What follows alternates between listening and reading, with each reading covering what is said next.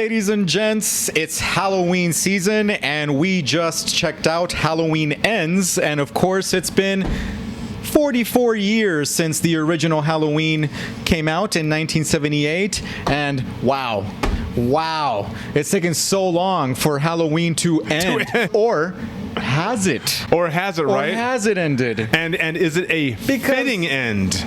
Because they decapitated this mother. They burned his ass. Yeah, and he keeps coming back, and now Anyway. We'll let you guys know an hour take right now. It was a masterpiece. I mean, I'm going to give it 5 reels for sure. What?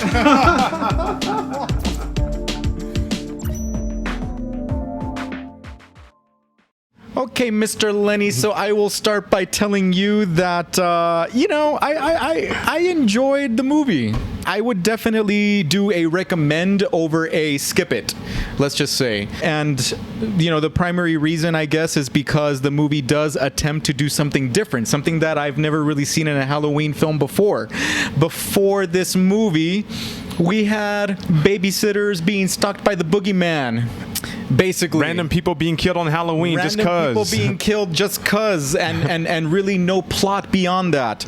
But this movie actually attempts to have a semblance of a plot. Right. A predictable one still. Sure. From the beginning.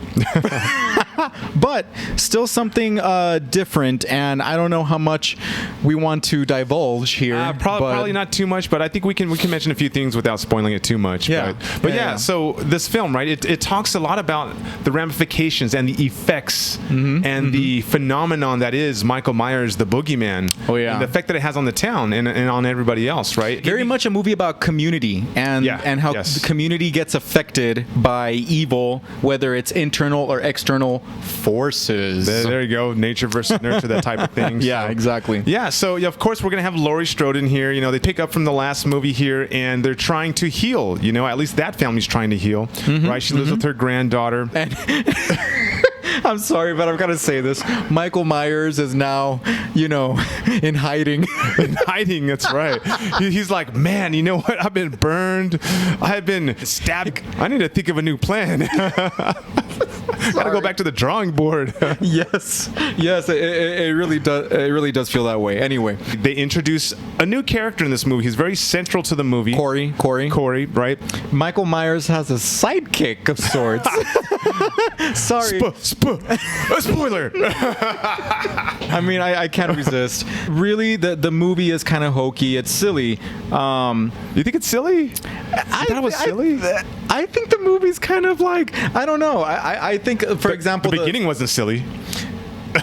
Well, that's true. The beginning is quite traumatic, and it does set the kind of like, I guess the character development in motion, motivations and stuff. Yeah. For sure. There's some good things in there when it comes to that. But what I mean is that there's a love story in this movie. Yeah, that sucky love story. That's what I mean by hokey, I guess. And there's a battle between Michael Myers and kind of like a new Michael Myers of sorts. Sidekick.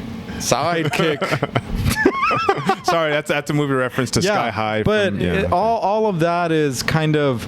But you were lauding the writers trying to do something different, which they did. They did. Yeah, they did something different from a Michael Myers movie. You're like, I don't know if it was good, but it was different. In some ways, it didn't feel like a Michael Myers movie. It felt actually very thoughtful for a Michael Myers movie in some ways. Well, I mean, they got to do something different, right? How many iterations have they had, The previous one was a total mayhem mess, And in this one, I mean, to speak to the kind of like conflicts and themes in the movie, right? There is some social commentary in this movie.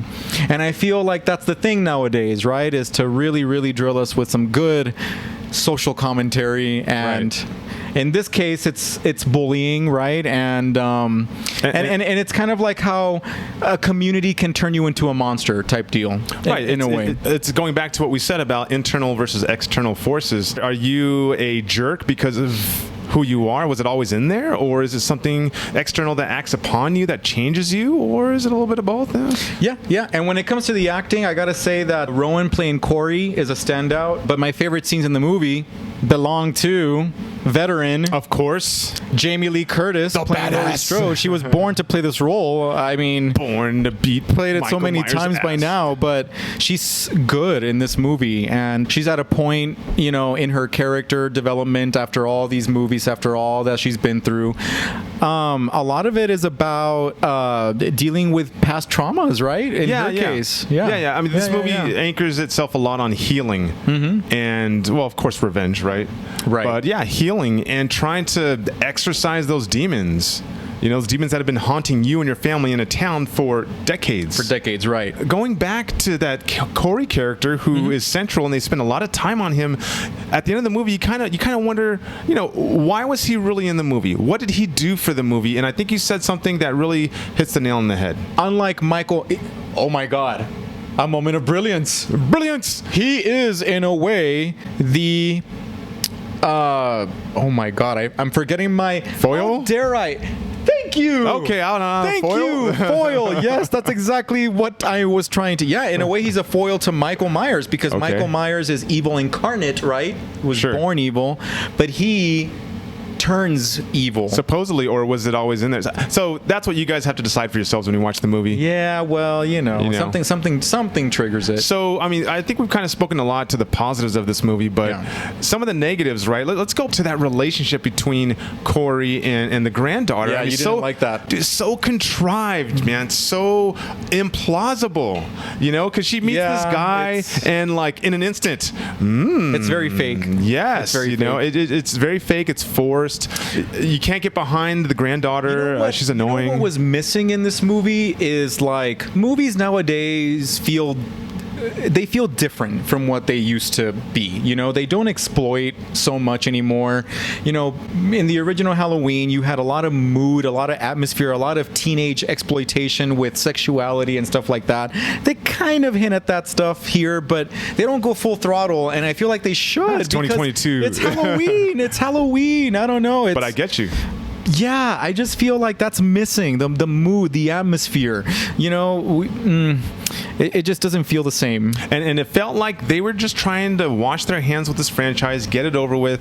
And you had spoken about editing contributing to that, right? Yeah. Yes. What I thought was that the editing kind of felt like it was a little bit choppy in that you didn't get smooth transitions between scenes where character development made sense. It was kind of like rough, and I don't know.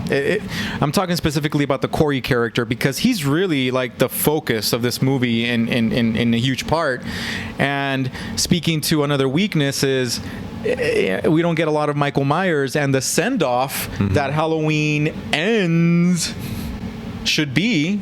They could have It savors of anticlimax. Right, because they could have done more with nostalgia. You know, they could have drawn it out more, have a little more substance to it. You Yes. know. Before we get to our real ratings, guys, I just want to let you know that we do have a plot twist in there around the climax, because they lead you to think, oh, this movie's going this direction, and then suddenly they switch it up on you a little bit.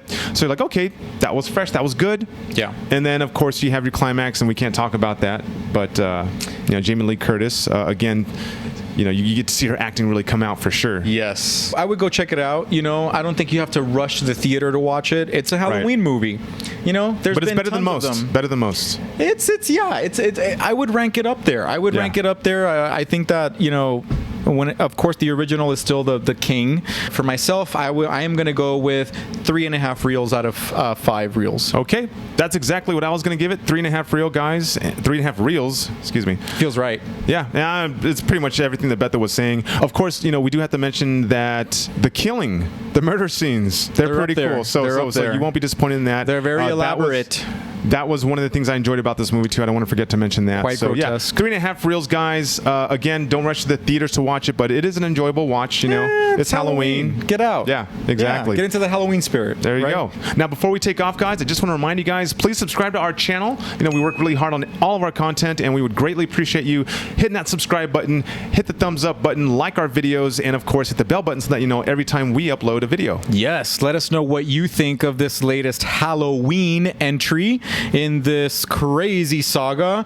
Is it over? Do you guys really think it's over? It doesn't feel like it's over. Did you like the right? ending? It just feels like there's going to be another excuse down the road to make another Halloween movie. Yeah, so yeah, definitely knows? comment, guys. And hit us up on social media, guys. We're on Facebook and TikTok at Real Screeners, Instagram, real.screeners. And lastly, I cannot go without letting you guys know that we have some awesome movie mashup shirts. We have on the our website. original Halloween shirt right Check here. that out. I'm going to zoom in for you guys. There you go. So Check it out, realscreeners.com. www.realscreeners.com, guys. And check us out for our next Real Take on Movies.